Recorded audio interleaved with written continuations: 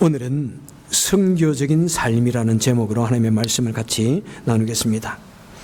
우리 성도들이 이 땅에 살아가면서 살아가야 할 중요한 목적을 크게 두 가지로 말할 수 있을 것입니다.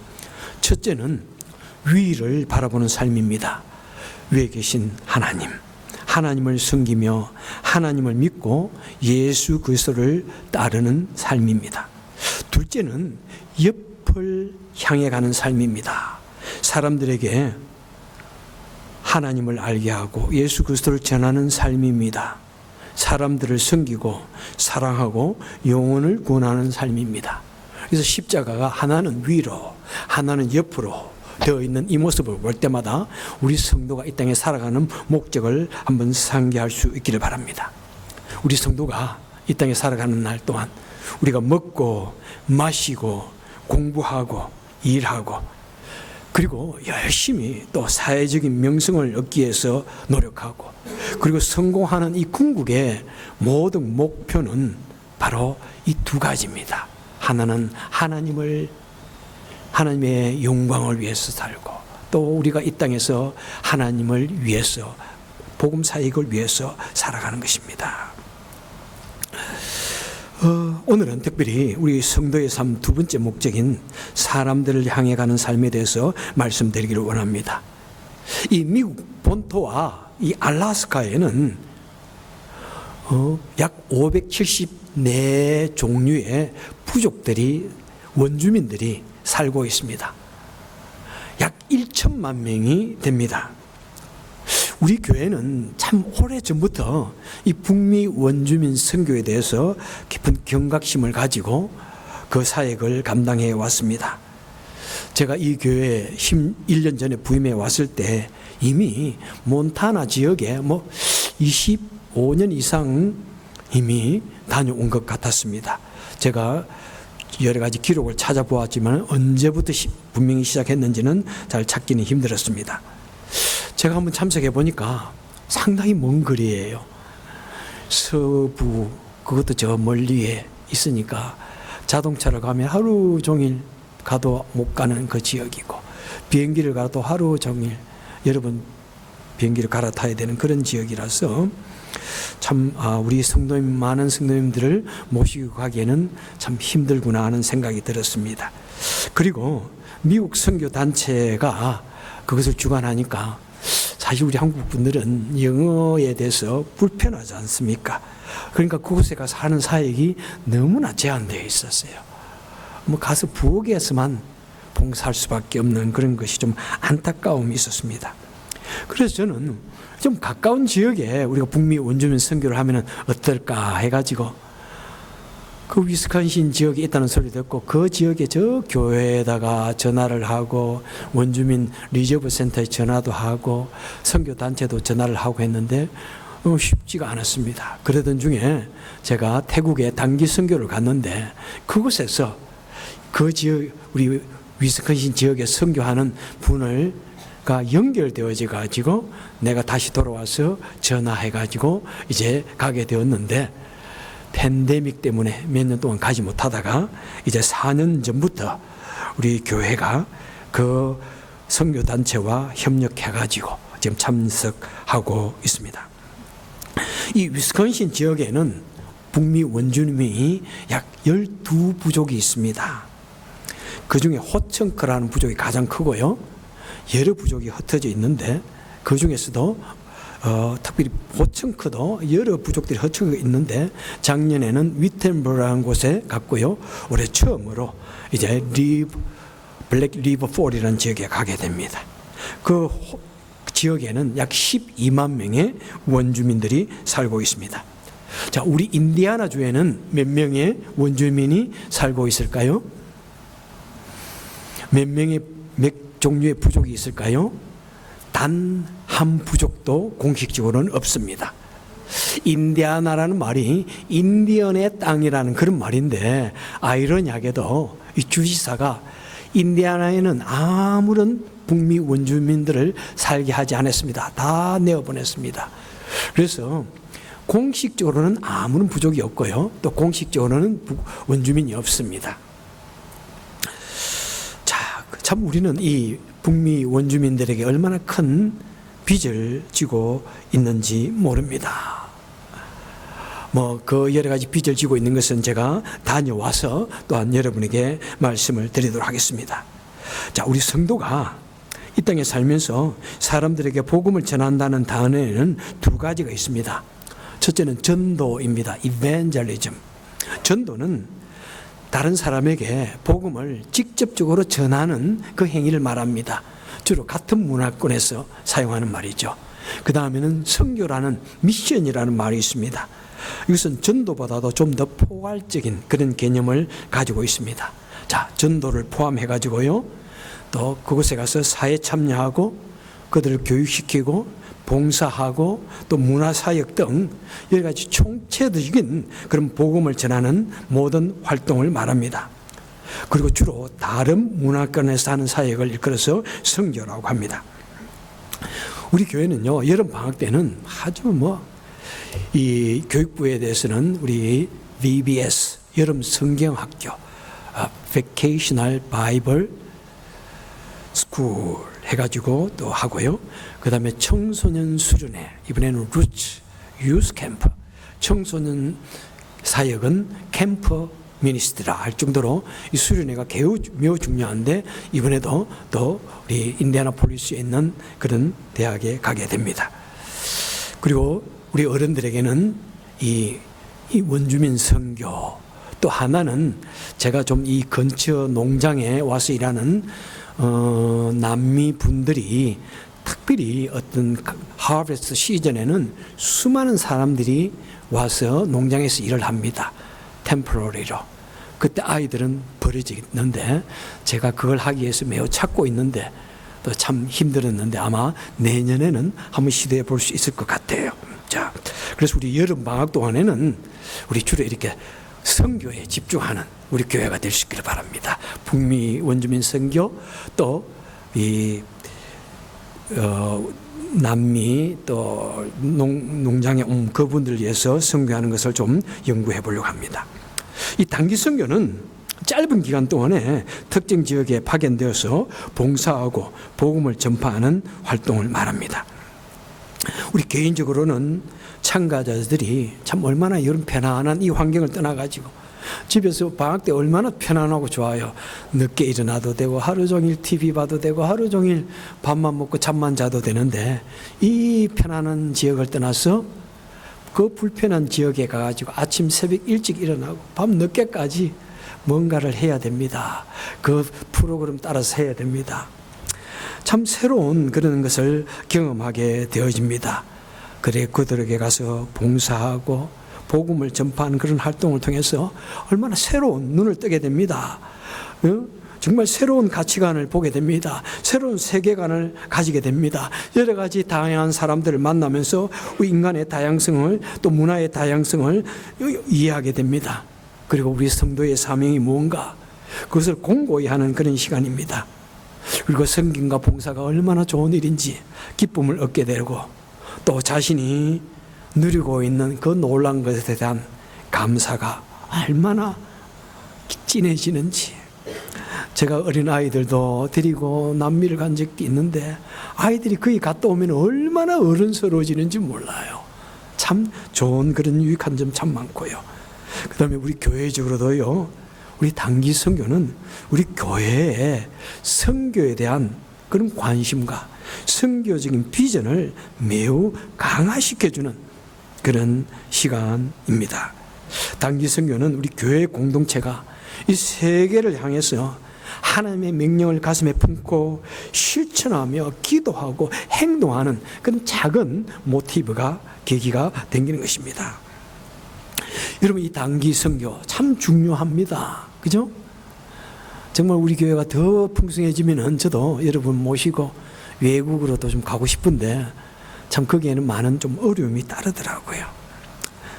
좀 더 교회가 커지면은 선교의 지경을 넓혀가지고 남미로 가고 아프리카도 참 갔으면 좋겠습니다. 그런데 이 단기 선교 자체도 참 중요한데요, 우리 성도가 이 땅에 살면서 우리의 삶을 통해서 이 세상에 선교적인 삶을 살아야 한다는 것입니다.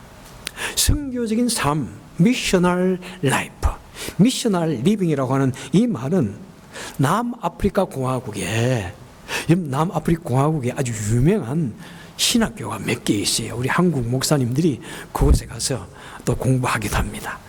이 신학교에 데이빗 보시라고 하는 선교 신학자가 있는데, 이분이 1991년에 변화하는 선교 패러다임이라는 책을 쓰면서 바로 그 책에서 선교적인 삶이라는 단어를 말했습니다. 교회가 세상 속에서 선교 사역을 하는 것을 넘어서 교회 자체의 본질이 뭐냐면은 선교적이어야 한다고 강조합니다. 즉 교회는 존재론적으로 선교적이며 모든 성도의 부르심을 받은 것은 선교적인 삶을 위해서 부르심을 받았다고 말씀하고 있습니다. 그런 성도는 예수님께서 적극적으로 세상에 나아가신 것처럼 우리 성도도 적극적으로 이 세상에 나아가서 그들을 섬기고 그들을 만나고 그들에게 복음을 전파해야 한다고 말씀하고 있습니다. 그래서 이 선교적인 삶은 뭐냐면은 우리 그리스도인들이 이 세상에서 여러분 우리끼리만 아닙니다. 우리끼리만 모여서 좋다가 아니라 이 세상에서 특별히 일주일 동안 사는 이 세상에서 일상에서 하나님을 믿지 않는 사람들과 교제하며 그들 속에서 하나님이 원하는 삶을 살고 예수 그리스도께서 우리에게 말해준 그 삶을 살면서 우리 삶을 통해서 하늘나라를 보여주고 우리 삶을 통해서 예수 그리스도의 사랑을 보여주는, 바로 그것이 하나님의 선교에 동참하는 그 삶을 사는 것이 바로 선교적인 삶이라는 사실입니다. 자, 성경은 우리 성도가 선교적인 삶을 살아야 함에 대해서 여러 곳에서 말씀해 주는데 두 가지로 한번 말씀해 보겠습니다. 첫째는 예수님의 지상명령, The Great Commission입니다. 예수님께서 우리에게 직접적으로 주신 선교 명령입니다. 마태복음 28장에서 바로 그렇게 말씀하고 있죠. 너희는 가서 모든 족속으로 제자를 삼아 아버지와 아들과 성령의 이름으로 세례를 베풀고 내가 너희에게 분부한 모든 것을 가르쳐 지키게 하라. 보라, 내가 세상 끝날까지 너희와 항상 같이 있으리라. 여러분, 우리 예수님께서 마지막으로 우리에게 주신 명령입니다. 마지막. 얼마나 귀중한 명령입니까? 여러분, 마지막이라는 그 단위가 얼마나 더 의미심장한지요. 얼마나 정말 심각한 말씀인지요. 마가복음 16장 15절에서는 간략하게 요약해서 이렇게 말합니다. 또 이르시되 너희는 온 천하에 다니며 만민에게 복음을 전파하라. 사도행전 1장 8절에서 우리 주님께서는 다시 말씀하십니다. 오직 성령이 너희에게 임하시면 너희가 권능을 받고 예루살렘과 온 유대와 사마리아와 땅끝까지 이르러 내 증인이 되어라. 여러분, 바로 예수님께서는 우리에게 승천하시기 전에 우리에게 주신 마지막 명령, 온 세계를 향하여 그 사람들의 종교가 무엇이든지, 그들이 무엇을 믿고 따르든지, 그가 누구를 좋아하든지, 그들의 정치가 무엇인지, 그들의 이념이 무엇이든지, 그들의 색깔이 무엇이든지 관계없이, 얼마나 멀지 얼마나 가까운지 관계없이 그들에게 가서 복음, 선교적인 삶을 살고 복음을 전하라고 말씀하고 있습니다. 자, 두 번째로는 뭐냐면은 바로 삶으로 복음을 증거하는 바로 선교적인 삶을 말씀합니다. 여러분, 오늘 본문을 읽을 때 어떻습니까? 막 가슴이 뜨거워지지 않습니까? 아마 제가 가장 좋아하는 성경 구절 한 10개를 대라면은 그 중에 이 성경 구절이 들어가 있을 것입니다. 우리 다 같이 한번 큰 목소리로 다시 한번 봉독하겠습니다. 그러나 너희는 택하신 족속이요 왕같은 제사장들이요 거룩한 나라요 그의 소유가 된 백성이니 이는 너희를 어두운 데서 불러내어 그의 귀한 빛에 들어가게 하신 이의 이 아름다운 덕을 선포하게 하려 하심이라. 이렇게 말씀하고 있습니다. 여러분, 하나님께서 우리를 어떤 사람이라고 부르고 있습니까? 여기에 보니까 우리를 너무나 귀하고 고귀하고 거룩한 백성이라고 말씀하고 있습니다. 하나님께서 우리를 말씀하십니다. 성도는 하나님께서 선택하셨다. 우리가 우리의 결심에 따라서, 우리의 생각에 따라서 하나님을 선택한 것이 아니라 하나님께서 일방적으로 우리를 선택하셨다. 그리고 우리는 왕과 같은 백성이다. 여러분들이요, 우리를 왕과 같다고 말씀합니다. 우리를 여왕과 같다고 말씀합니다. 우리를 왕자와 공주와 같다고 말씀하고 있습니다. 누구를? 하나님의. 그리고 제사장이다. 구약시대의 제사장은 무엇입니까? 오직 제사장을 통해서만 예배드릴 수 있었고, 제사장을 통해서만 죄사함을 얻을 수 있었는데, 이제 신약시대에는 누구든지 예수 그리스도를 믿기만 하면은 예수 그리스도를 믿는 이름으로 예배 드릴 수 있고 찬양할 수 있고 죄 용서함을 얻을 수 있다. 그래서 우리를 일컬어서 만인 제사장이다, 이렇게 말씀합니다. 그리고 무엇입니까? 우리를 거룩한 백성이다. 이 세상에 여러분, 이 하나님의 거룩의 속성을 알 때 절대로 우리는 거룩하다고 부를 수 없는 존재입니다. 얼마나 추악하고 얼마나 비열하고 얼마나 참혹한 모습들이 우리 속에 있는지요. 우리에게는 하나님이 말씀하는 그 거룩에 조금도 그 가치에 그 기준에 따라갈 수 없습니다. 그런데 하나님께서 말씀하십니다. 내가 아무리 죄인이라고 할지라도 내가 예수 그리스도를 믿으면은 나의 자녀가 된다. 그래서 너의 신분은 거룩하다. 내 마음, 너의 행동은 죄가 가득할지라도 너의 신분은 거룩하다. 그리고 내 소유된 백성이다. 하나님의 소유된 백성. 여러분, 이 소유라고 하는 것이 얼마나 강력한지요. 여러분, 미국에 살아가면서 내가 가진 이 소유물에 대한 이 권리가 얼마나 대단한지 몰라요. 어린아이들도 보십시오. 아무것도 없어도요, 우리 이제 조금만 자라면은, 우리 하원이나 우리 세빈이도요, 조금만 자라면은 이제 자기 손에 내 거다 하고 준 것 누가 뺏어가려면 눈에서 불이 나옵니다. 절대로 자기 손에 쥔 거는 내 거라고 하는 것은 빼앗기지 않으려고 합니다. 예? 그리고 미국 땅에서도 보세요. 미국의 그 남의 프로퍼티의 그 라이트가 얼마나 강한지. 그냥 아무 스트레인저가 내 프로퍼티에 들어오면은 총으로 쏴도 죄가 없어, 미국에는. 물론 그렇다고 절대로 우리는 그래서는 안 되죠. 그런데 제가 처음 미국 왔을 때 정말 어떤 동양인이 어떤 사람 집에 문을 두드렸는데 그는 총으로 쏴서 죽였는데 무죄가 돼서 나 참 가슴이 아파. 뭐 특별한 행동을 한 것도 아니야. 집을 잘못 찾아가지고 두드렸는데 그런 거예요. 그래요, 여러분. 그만큼 이 소유라고 하는 거, 프로퍼티 개념이 얼마나 강한지요. 그런데 하물며 우리 하나님의 소유권이라니요. 전지전능하신 하나님, 만물의 주권자 되신 하나님, 그 하나님께서 우리를 우리 손에 딱 움켜주시고 너는 내 것이라, 아무도 내 손에서 너희를 빼앗아갈 수 없다. 우리는 하나님의 소유된 백성입니다. 바로 구약에서는 이스라엘이 하나님의 거룩한 백성이었지만은 이제 신약에서는 우리 교회들이, 우리 성도들이 하나님의 선택받은 백성이요, 거룩한 백성이요, 하나님의 소유된 백성인 것입니다. 이렇게 우리는 부름을 받았습니다. 그런데 하나님께서 왜 우리를 그토록 고귀하게 부르셨습니까? 부름받은 목적이 무엇입니까? 그 다음에 나오고 있죠. 우리를 어두운 데서 불러내서. 어두운. 우리는 어떤 사람들이었습니까? 네, 우리는 어둠의 자식들이었습니다. 우리는 멸망의 자식들이었습니다. 우리는 저주의 자식들이었습니다. 우리는 어둠 속에서 눈물을 흘리며 절망으로 뚫어야 할 그런 자식들이었습니다. 어둠의 자식들. 그런데 하나님께서 우리를 불러서 그 빛에 들어가게 하셨다는 것입니다. 밝은 빛에 살게 하신다는 것입니다. 그런데 이 빛을 일컬어서 기이한 빛이라고 말씀하고 있습니다. 하나님, 기이한 빛. 여러분, 기이한 빛이 도대체 무엇일까요? 우리 사람의 머리로서는 감히 이해할 수 없는 단어, 기이하다. 그 속에 숨어있는 수많은 의미들을 한번 생각해 보십시오. 영어에는 기이하다, wonder, 놀랍다, wonderful, 놀라움이 가득하다, marvelous, 도저히 너무나 거대해서 이해가 안 된다, 또 뭐가 있을까요? mysterious, 너무나 신비해서 도저히 해석할 수 없다. 응?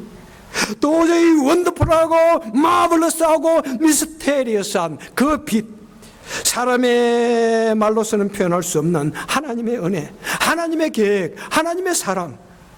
여러분, 사람의 머리로 이해할 수 없고 해석할 수 없다고 해서 이것을 무시하면 되겠습니까? 여러분, 이 세상 눈에 보이는 것만 다가 아니에요.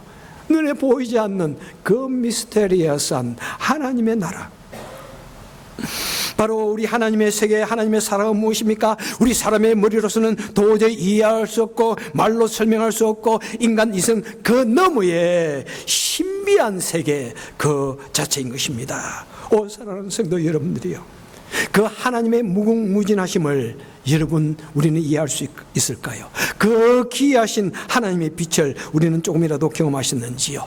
그 하나님의 놀라우심과 신비하심을 여러분 느끼셨는지요? 여러분, 그것을 느끼면서 밤 하늘을 한번 바라보시길 바랍니다. 얼마나 입에서 감탄이 터져 나오는지요. 포스 오브 줄라에 터뜨리는 그 파이어워크, 그것보다도 더 놀라운 하나님을 향한 감동이 내 마음에서 빵 터져오는 것을 느끼는 것이 바로 성도의 마음인 것입니다. 여러분, 정말 우리로 하여금, 나 같은 죄인으로 하여금, 나같이 매우 제한적이고 정말 어둡고 우둔한 나로 하여금 그 기이하고 광대무변하신 그 하나님을 깨닫게 하시니, 여러분, 이것보다도 더 놀라운 것이 어디 있습니까? 이것보다도 더 감사한 것이 어디 있습니까? 도대체 이 하나님보다도 아직도 더 놀라운 것이 있고 더 감사한 것이 있다면 그 신앙 자체를 한번 다시 돌아보아야 할 것입니다. 여러분, 다른 거 다 중요하다고 할 수 있겠지만은 이것보다 더 중요하고 감사한 것은 없는 것입니다. 나 같은 죄인, 냄새나는 죄인, 내같이 눈앞에 보이는 것도 잘 이해하지 못하는 아둔한 죄인으로 하여금 그 창조주 하나님을 알게 하시고 그 귀한 빛을 느끼게 하시고 우리가 전혀 알지 못할 미지의 세계에 대해서 믿음을 가지고 소망을 가지고 살게 하시는 그 하나님, 그것을 믿어지게 하시니 얼마나 감사한지요. 여러분, 얼마나 놀라운 것인지요. 구약에서는 참 그런 하나님에 대해서 여러 가지로 보여주셨지만 신약에서는 보여주신다고 아닐지라도 우리는 그 믿음을 통해서 그 놀라운 하나님을 더 분명하게 믿게 되어지는 것입니다. 그래서 우리 그리스도인들은 어떻게 살라고요? 우리로 하여금 이 땅에 살아가면서 그 놀라운 빛을, 그 거룩한 복음을, 그 놀라운 미스테리어스한 하나님에 대해서 그것을 입으로 전하면서 또 우리 행동을 통해서, 우리 삶을 통해서 이 세상 사람들에게 나타내어야 한다는 것입니다. 고린도후서 5장 20절에서 이렇게 말씀합니다. 그러므로 우리가 그리스도를 대신하여 사신이 되어 하나님이 우리를 통해서 너에게 복음을 전하게 하셨다. 사신, 현대어 영어에 보면은 대사입니다. 엠베서러. 우리는 하나님의 대사입니다. 여러분, 개개인은 하나님의 대사로서 이 땅에 살아가는 사람입니다. 하나님께서 여러분이 원하든 원하지 않았든 하나님께서 우리를 세우셔서 하나님 나라의 대사로 세우셨고 오늘 선교 파송하듯이 우리를 이 세상으로 파송하셨습니다. 여러분, 대사는 어떤 사람입니까? 자신의 나라와 타국을 서로 화목케 하고 좋은 관계를 맺게 하는 가교 역할을 하는 직책입니다. 대사의 말과 행동은 곧 그 나라를 대신하는 것입니다. 그 나라의 대통령을 대신하는 것이고 수장을 대신하는 것이고 온 국민을 대표하는 사람인 것입니다. 여러분, 성도는 우리 말과 행동으로 예수님을 대신해서 이 세상에 화목의 메시지를 전하는 사람입니다. 여러분, 이 세상 살아갈 때 많은 분은 우리가 대한민국의 대사와 같은 마음으로 살아가는 우리 한인들 참 많이 보게 됩니다. 그래서 어디에 가든지 우리 한국의 이름을 더럽히지 않으려고 매우 노력하는 그런 사람들, 참 그런 거 보면 너무 귀한 생각이 들어요. 여러분, 우리가 예수 그리스도의 대사입니다. 이 목사라고 하는 이 명칭이, 우리 교회에 주어진 그 직분이라고 하는 그 명칭이 얼마나 무거운지 몰라요. 사실 그것의 무거움을 가져야 돼요. 나는 내 마음대로 내 믿음대로 살 거야. 절대로 그래서는 안 되는 거예요. 이 사람들이 우리를 보고 있는 것은 곧 하나님을 보여주는 것이기 때문에 여러분, 우리는 이 세상 사람들 앞에서도 정말 존중받을 수 있는, 내 자신을 절제하고 친절하고 베푸는 그런 삶을 살아야 하는 것입니다. 여러분, 그리스도의 대사의 말과 행동은 어떠합니까? 빌립보서 2장에서 이렇게 말씀합니다. 아무에든지 다툼이나 허영으로 하지 말고 오직 겸손한 마음으로 각각 자기보다 남을 낮게 여기고 각각 자기 일을 돌아볼 뿐더러 각각 다른 사람들에게 일을 돌아보아 나의 기쁨을 충만하게 하라. 뭐라고요? 이 세상에서 우리는 어떻게 살아야 한다고요? 다툼과 허영을 버려라. 참, 그죠? 내가 조금이라도 다투는 거 있으면 빨리빨리 버려야 된다는 것입니다. 내 속에서 어떤 허영, 막 드러내고 싶은 마음이 있으면 버리라는 것입니다. 그 다음에 겸손으로 남을 나보다 좀 낮게 여기시라. 그리고 다른 사람의 일을 돌아보시라. 그죠? 이 세상 사람들은 내 일만 생각하지만 우리는 항상 남을 돌아보는 삶을 살아야 한다는 것입니다. 성도는 모든 행동과 말로서 누구를 기쁘게 해야 된다? 예수님의 마음을 기쁘게 해야 한다는 것입니다. 그것이 그리스도인의 대사의 삶인 것입니다. 여러분, 우리 성도의 삶의 방향과 목적은 선교적인 삶입니다. 그리스도의 대사로서의 삶을 살아야 하는 것을 말해주고 있는 것입니다. 말씀을 맺도록 하겠습니다. 성도는 매일의 삶 속에서 선교적인 삶을 살아야 합니다. 선교적인 삶은 복음을 전파할 뿐만 아니라 자신의 삶을 그리스도의 가치관으로 살아내는 것을 말씀합니다. 자신의 삶을 통해서 그리스도의 사랑을 드러내고 그리스도의 사랑을 실천하면서 그 잃어버린 영혼을 구원하고 이 세상에 그리스도인의 선한 영향력을 점점 확장해 가는 것입니다. 사랑하는 성도 여러분들이요, 우리 같이 더불어 이 세상 살아가는 것 동안 우리 선교적인 삶을 살아낼 수 있기를 바랍니다. 우리가 믿는 믿음을 우리 삶에서 실제로 살아낼 수 있기를 바랍니다. 우리가 품은 영원한 나라에 대한 소망을, 구원에 대한 기쁨을, 우리 마음에 품은 이 기쁨의 감격을 우리 몸으로 살아낼 수 있기를 바랍니다. 그래서 이 세상을 하나님의 공의가, 하나님의 사랑이, 하나님의 평화가 강같이 넘쳐 흐르는 그런 사회로 만들어갈 수 있기를 주님의 이름으로 축원합니다. 기도하겠습니다. 복되신 하나님 아버지, 감사합니다. 참 우리같이 비천하고 우리같이 참 죄악된 냄새나는 인생을 불러서 하나님의 자녀로 거룩한 백성이라고 부르시니 우리는 진정 몸둘 바를 모르겠습니다. 오 하나님 아버지, 정말 우리가 이 땅에 살면서 주님을 믿는 것이 얼마나 놀라운 축복인지요. 그것보다 더 놀라운 축복이 없는데 우리는 때로 나에게 주어지지 않은 것을 탐하며 그것 때문에 가슴 아파하고 슬퍼할 때도 있습니다.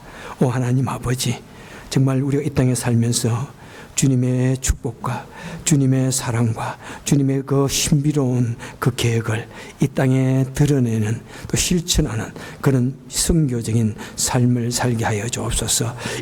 이 시간에도 우리가 선교적인 삶을 살기 위해서 우리에게 주어진 그 제물로서 또 복음을 전하는 삶을 살기 위해서 작은 예물을 드립니다. 하나님, 정말 주님 앞에 드리는 이 헌금의 시간이 우리가 선교적인 삶을 사는 첫 번째 단계인 것을 믿습니다. 하나님 축복하여 주셔서 우리가 더욱더 감사와 기쁨으로 주님께 쓰임받게 하여 주옵소서.